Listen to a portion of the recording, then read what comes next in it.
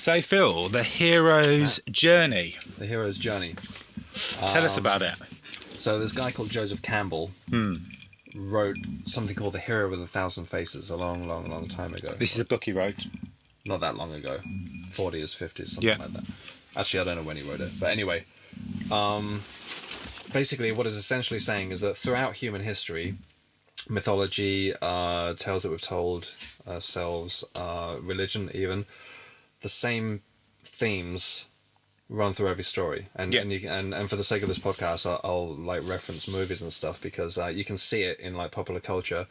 Pretty much any book that you want to come up with, film, anything that you can think of, it has these points in it, and I pretty much make the story work, to make it exciting, to make you follow the hero's journey. Yeah, and you can find it in everything. There might be some exceptions, but it goes through everything.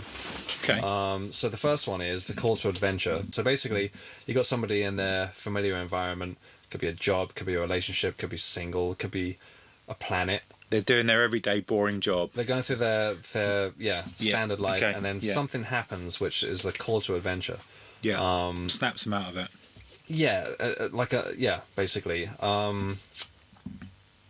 It could be like I say, it could be a new relationship, could be a new country, new high school. Yeah. But what comes next is the refusal of the call. So no matter how bored they are, the hero usually finds a reason to be reluctant, and then suddenly the boring I can't world. do that because such and such. Yeah. So give us an example of that in a film we all know. Perfect example, and a film that we all know, is Luke Skywalker when he's longingly staring at the two moons or what have you, and then Obi-Wan comes along and presents him with the opportunity to get out of there. Yeah. And then he immediately refuses, even though he wanted to get out of there. Because he has to stay with his parents. Or his aunt and uncle. Or you got like Neo in the Matrix being told that there's the Matrix, and he just denies it. Doesn't want to know. It freaks him out. Yeah. So sticking with Star Wars. So next we have the third one is like the mentor, or traditionally the supernatural aid. So this is a protective figure. And it's usually, in olden tales, used to be like an old wizard who presents the hero with a protective amulet, or in the case of Star Wars, a lightsaber. In any other thing, it could be a friend, or giving somebody advice, or the kid that starts a new high school makes friends with the other geeky kid in the school. It's just like somebody that they have to sort of guide them in this new world. Yeah, all right. So that's like, Obi-Wan serves that purpose. Okay. In Star Wars, and then they present this person with some sort of information, or like literally he gives them a lightsaber which is going to take him through this journey to protect him. Okay, so it kind of gives him something to use to give him confidence. Yes, give him confidence. Exactly. And then a good example is Back to the Future. So Marty McFly gets freaked out when like Doc Brown first shows up with a time machine, right?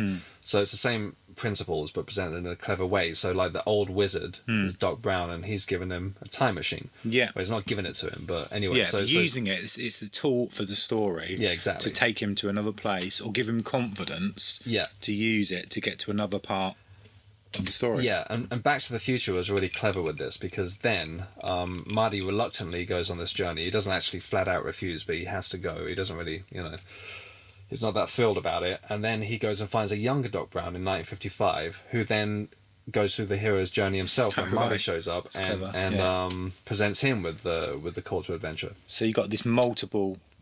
two different characters going through the hero's journey, and then they're both each other's mentor or supernatural aid, because Marty's from the future. Yeah. So that's like genius. That's clever, isn't it? Yeah. So like they switch roles basically. Yeah, or they're both just on it at the same time on their own hero's journey. And so then next at number 4, doesn't have to be linear, but the crossing of the first threshold is what's next. So that's like an obstacle, something from stopping the hero moving on to the next scene. In folklore, like Russian folklore, they had these wild women of the woods that would torment the traveller and try and prevent him from getting through the woods. So it's literally the character realises that they're not out of the woods yet. Like it could be some romantic comedy where Bridget Jones figures out that the guy's cheated, or appears to have cheated, and they have to go through this obstacle, and then they figure out that he didn't, or something. And then she's a little bit stronger and wiser, and then she goes on to the next challenge. Yeah. Through that, they meet. They have tests. They meet allies and other enemies, and then comes what Campbell said was the approach to the innermost cave, the belly of the beast. So taken literally, this could be like Captain Ahab inside Moby Dick. He's literally in the belly of the beast. It could be Daniel LaRusso joining the karate tournament, or it could be Han, Luke, and Leia. So we're talking some extra danger what comes along. Yeah, it's like a step before the final step. You know, it's you know, some sort of obstacle before the final obstacle. You know, the boss level. So basically, after overcoming all of these obstacles, they have the final ordeal, which I've wrote here as death and rebirth. So the hero has to literally die to be reborn in some form or another. Again, you can find it literally in Star Wars. Obi-Wan on his hero's journey dies to be reborn. Luke doesn't, so that shows that there's multiple heroes' journeys going on as well, you know. What else do we have? So E.T. dies and is reborn, and then literally dies, then is reborn, and then he makes everybody fly off on the BMXs. Michael in The Lost Boys becomes a dead vampire, fights David, and then he's reborn as a human. And that's it. That's essentially runs through everything. Like any kind of story. I mean, one might even say Jesus Christ himself. Really? So he dies and is reborn, right? Yeah. So it's through everything. But yeah, none of those things have to be in order. But you'll find them somewhere in a story. Yeah. Very good. Yeah, I mean, I think that sometimes when people are writing, I think they naturally go towards that. I mean, it's a bit like writing a song. If you're writing a song, you write a verse, chorus, verse, middle eight into the last chorus, or whatever. You know, you've got a general kind of pattern, and you're kind of magnetized towards that way, just because it always sounds best like that. And I imagine when you're writing a story, it's the same principles. Like when I've tried to write stories in the past, I'm still trying to write one now. When I was younger, before I'd learned about those things, I realised later that I actually just covered those points without knowing that they existed, because it just seems to be the way that stories go. Ingrained in us as well, probably. That's it. I mean, what happens if can you write a story which is good, which doesn't have those points? Is it possible? I mean, obviously you can make an art piece, you can make an art house film, but can you follow a hero, or, you know, the main character without having those points? Do you believe? I wonder. I'd say no. I'd say that some of them that have to be there. Some of them. You could probably take the odd bit out. You've got to overcome obstacles and what have you. And obviously sometimes if it doesn't follow that story, the character dies. And that does happen in films, doesn't it? Yeah. And that's an unfulfilling ending. So if you don't get that, you feel unfulfilled. You feel like a little bit cheated at the end of the film. Yeah. So you kind of want that. So this is a recipe to be fulfilled, really. Yeah. More than anything. That's a good point. I never thought of that one. Yeah. Learn something new every day, don't you? Yeah, it's good. It's good. All right, so next, what are we going to do? We're going to run down the... Well, this is linked to the heroes, isn't it, as well? This is linked to the heroes. Linked to the hero story. Yeah. But it's probably in a different format, episodes on TV from our childhood. Genius. Yeah. My God. You are. Yeah, exactly. So, first one, these are old TV shows. We just want to do a rundown from 10. Automan. Do you remember Automan? Automan, I do remember it very well. Well, not that well, actually. I remember it was a bit crap, and it was a complete rip-off of Tron. Right? Yeah, exactly. Well, somewhat, exactly, wasn't it? It was a man that came out of a computer. Yeah. And he had he was glowing blue. It was all neon. It was the 80s, of course. But he hid his suit often. Yeah, he did. He had underneath his clothes, didn't he? Something. So it's a bit like Superman in that respect. And he had this thing called Cursor, right? Yeah. So it was literally a cursor from a computer. Yeah. And it would follow him about everywhere. Yeah. And then he would tell it to turn into a car, and it would be a glowing blue car. Oh right, yeah. It actually turned into the car. Like a computer car. Yeah. Cool. I think it even turned into a helicopter once. Did it? Maybe. Might be making that up. I remember him being in like an episode. He was in a club and he was dancing. I remember dancing on a that's dance the floor. episode I remember. Yeah. And everyone was like, "Wow!" And he's like, "Wow, where did you get that shirt?" Yeah, that was good. Yeah, that he was took good. his shirt off, and the guy he was with, his like sidekick, was like, "Okay, put it back on." Yeah. So basically, that was Tron for TV in the 80s, and that was 1983 to 84, 12 episodes. Yeah, and it was probably Glenn A. Larson, wasn't it? I don't know. He did. He did all those things back Is in it? the day. Okay. Them. American TV show. Which All right. we loved. In So that's your England number as well. 10. What's number 9? Spider-Man. Excellence. Yeah. Although it wasn't that excellent, but I loved it. Well, as it a was because it was our first introduction to Spider-Man, wasn't it? That's a good point. It was So the we, first so we, introduction to Spider-Man. although So we're going to say what year that was. I gonna mean, I don't know. I'm too young to remember. But yeah, 77 to 79, but obviously it played a lot after because we saw it.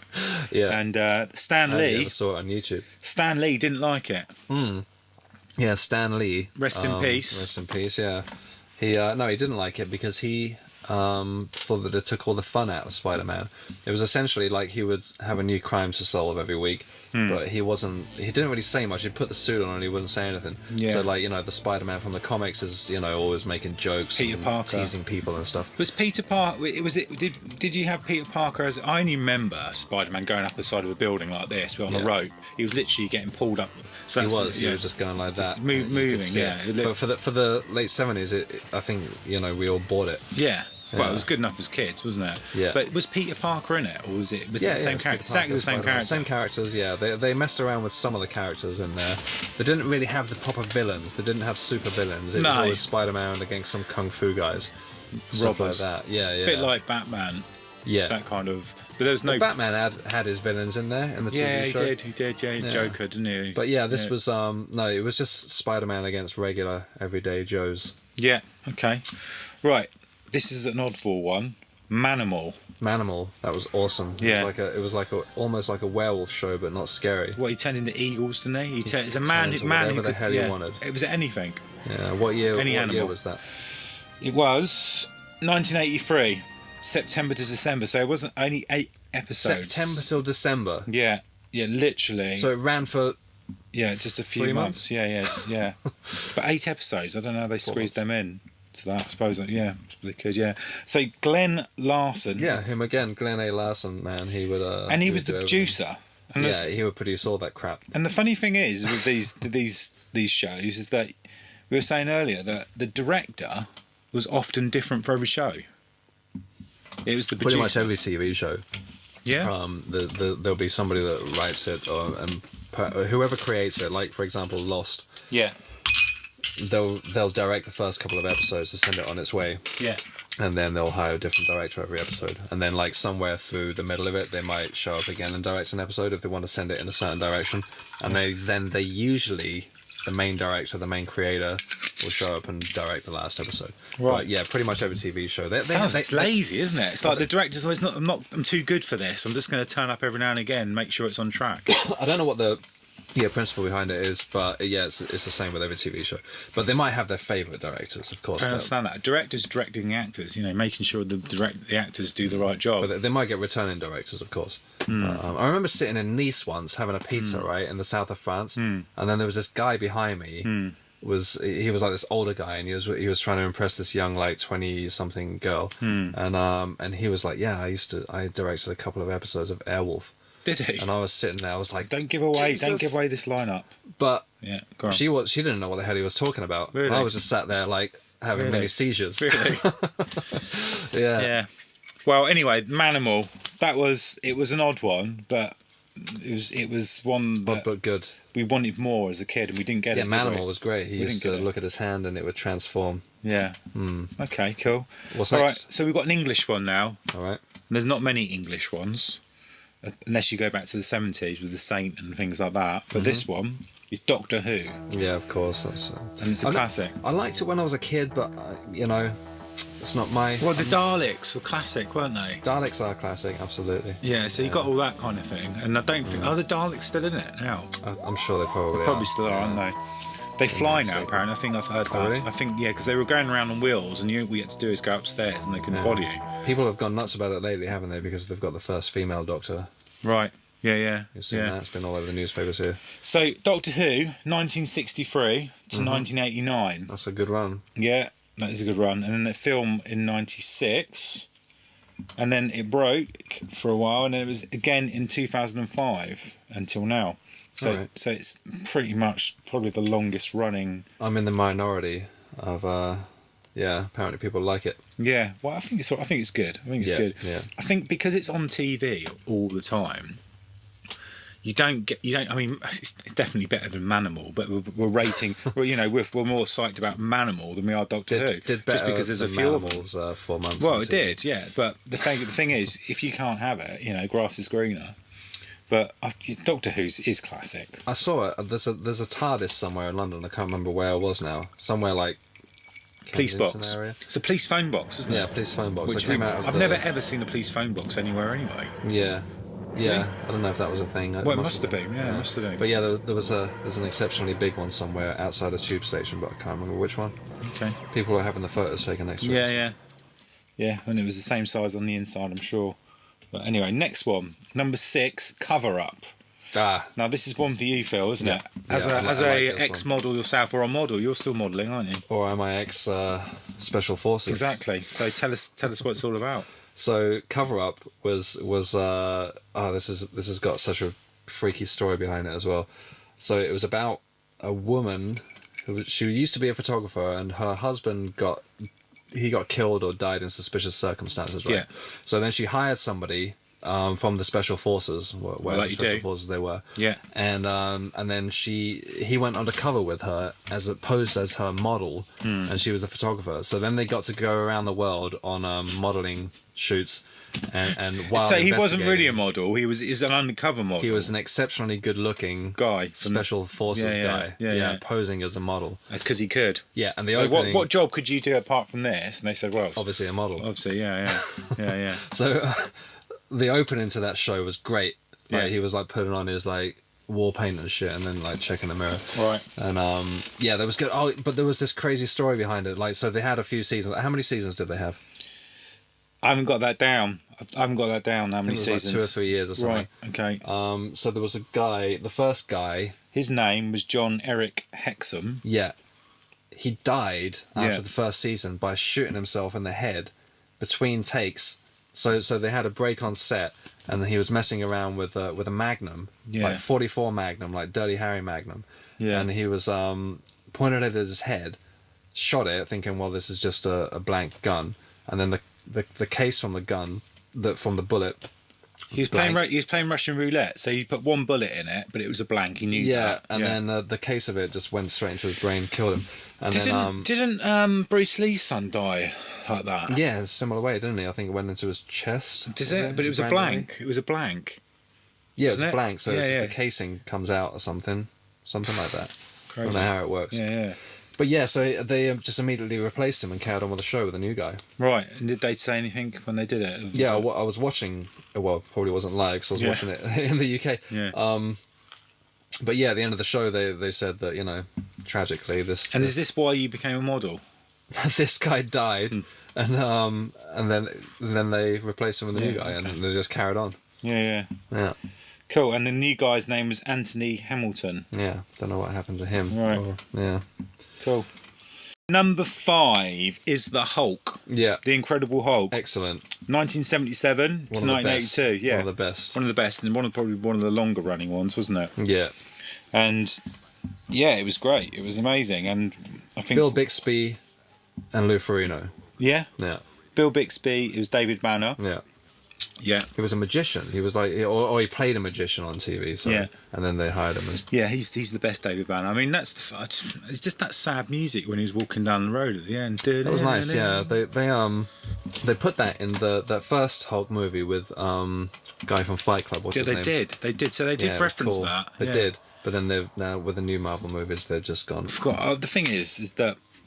I think Incredible Hulk should stay a reasonable size. I don't think he should grow the size of a house. I mean, I'm not a big comic reader. That's probably why. The first time I saw this was on TV as a kid. Yeah. And I thought, well, Incredible Hulk, that's great. You rip out your clothes, and you're this big dude.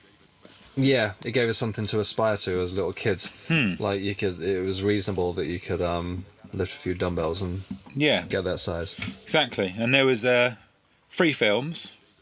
Stan Lee cameoed in one of them. Yeah, he did. That because like he was cameoing for all those like recent Marvel movies, wasn't he? Yeah.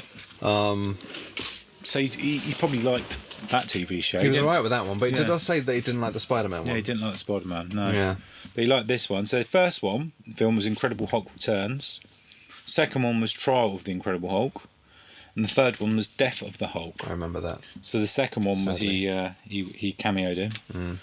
And it was great. It was good. And it was the eyes were the thing that I was waiting for every episode. What happened? How did he turn into?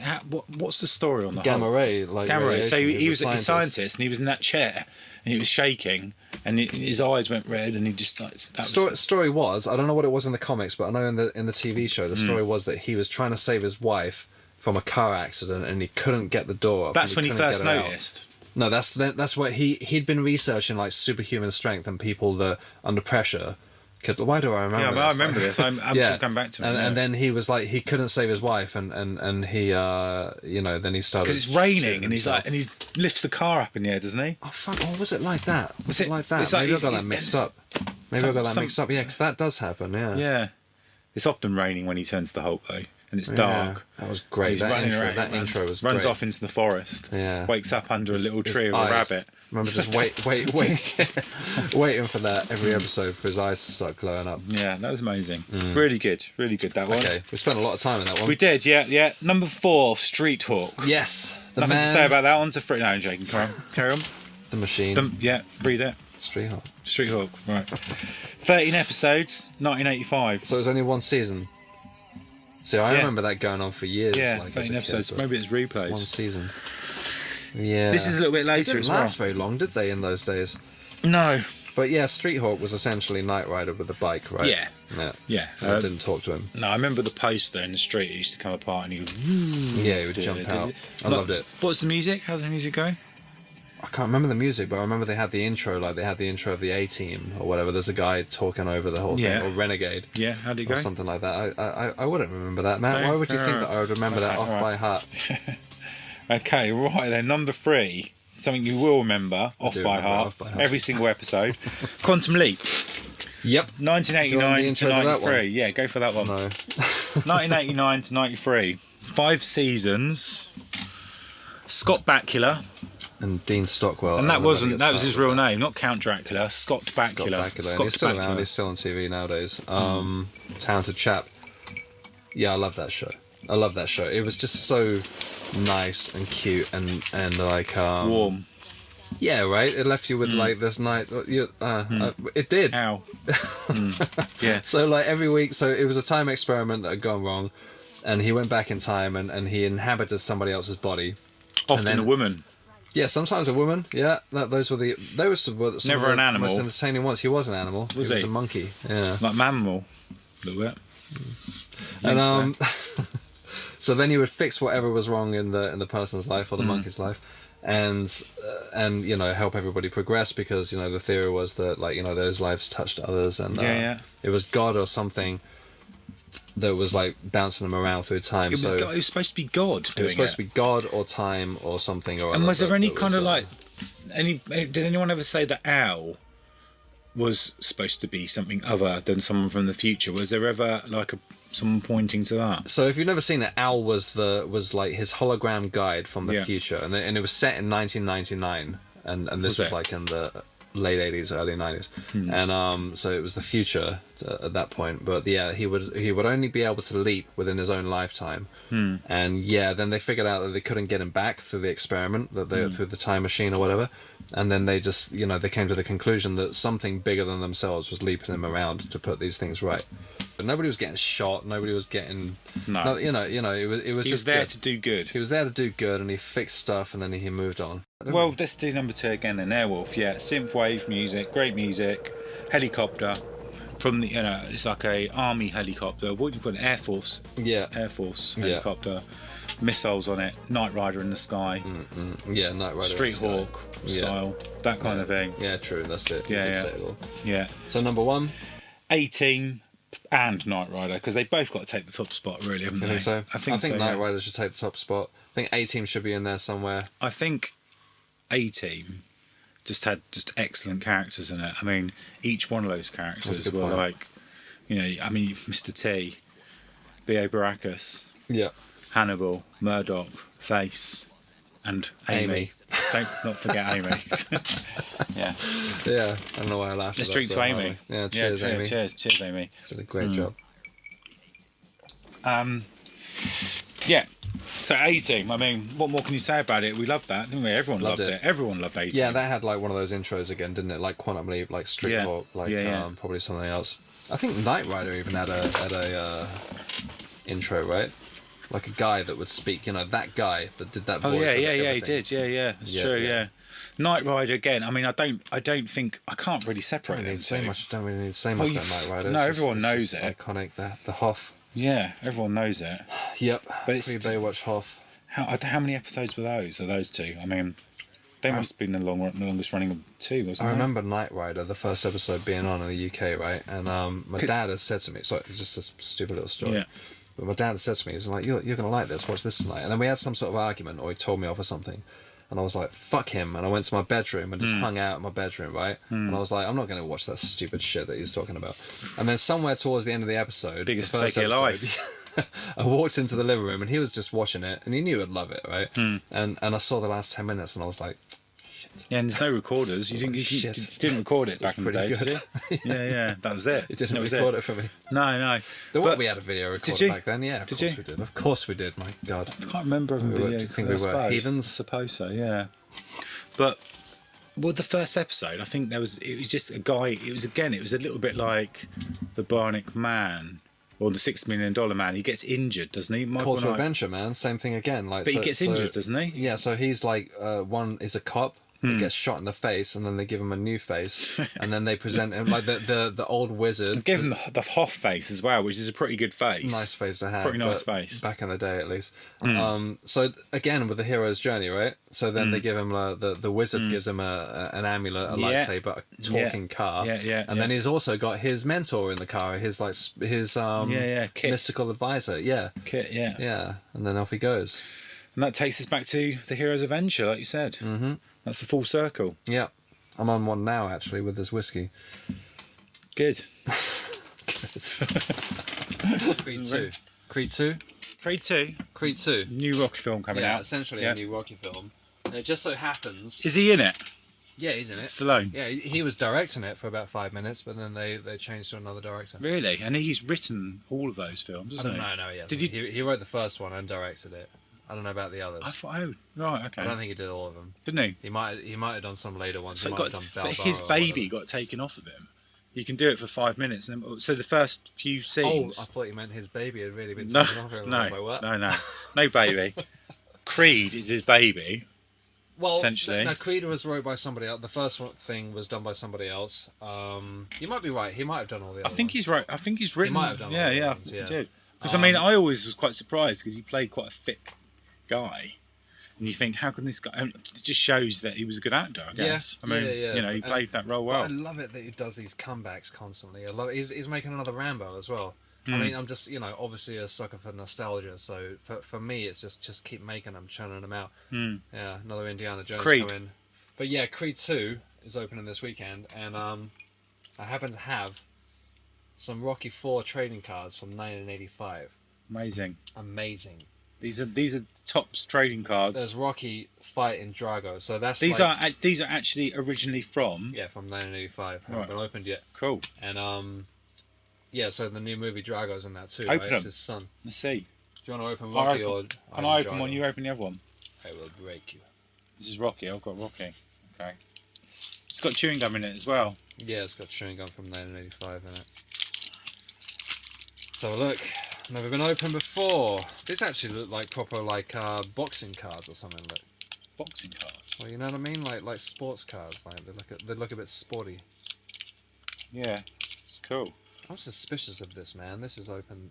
These are all facing. Oh, this chewing gum's in one piece as well. Unlike the. That one's not. It's nearly in one piece. I just broke it. There you go. Look, I've got a picture of Rocky smacking Drago. Oh, that was Drago, right? I wasn't sure who it was. Dolph Lundgren. Rocky's jaw is smashed by Drago's dynamic fist. Before he can recover, Balboa is slammed again and again. Okay, we're going to have a competition later to who eats chewing gum, but first... The 1985 chewing gum. First... I'll do it right now. Go on then, eat it. Nice. It's not chewing gum anymore, is it? Not quite. It's all like in your mouth. Nasty. Don't spit that on my floor. Oh my god. What is it like? There's just sugar. Like really bad old sugar. Really? I don't want this anymore. I wish I hadn't have done Well, it. okay, Have got any water? No water. Guys, got to carry on now. Next one. I'm not going to swallow Next that one. shit. Next one we've got. No! Right, Man, pause. Go on, get rid of that. terrible. Pause. Chewing gum from 1985. It tastes like rubber. Rubber, Like does it? Rubber. Really? Yeah. Oh, right, so you couldn't carry on. You had to finish. You had to spit it. There's like this rubbery taste. But it was sweet. It Was was it? like super sweet. Sugar was still there. Sugar was still overriding the whole thing. You like some? As I'm doing it, I'll take this chewing gum and eat it as we do Good. it. Testing the communicator. Problem is, it's just all dust in my mouth. Oh, these are like shots that aren't actually from the film. That wasn't in the film. Is it nice? It's nice, isn't it? No. 1983. Rubber. 1983. I think that's Nice? poisonous. You think so? Let's see. We'll find out in a couple of hours. That just disintegrated in my mouth. There's no chewing ability They there probably at all. were trying to kill kids back in those days. But There that was, was like, a massive that boom was for just children. dust.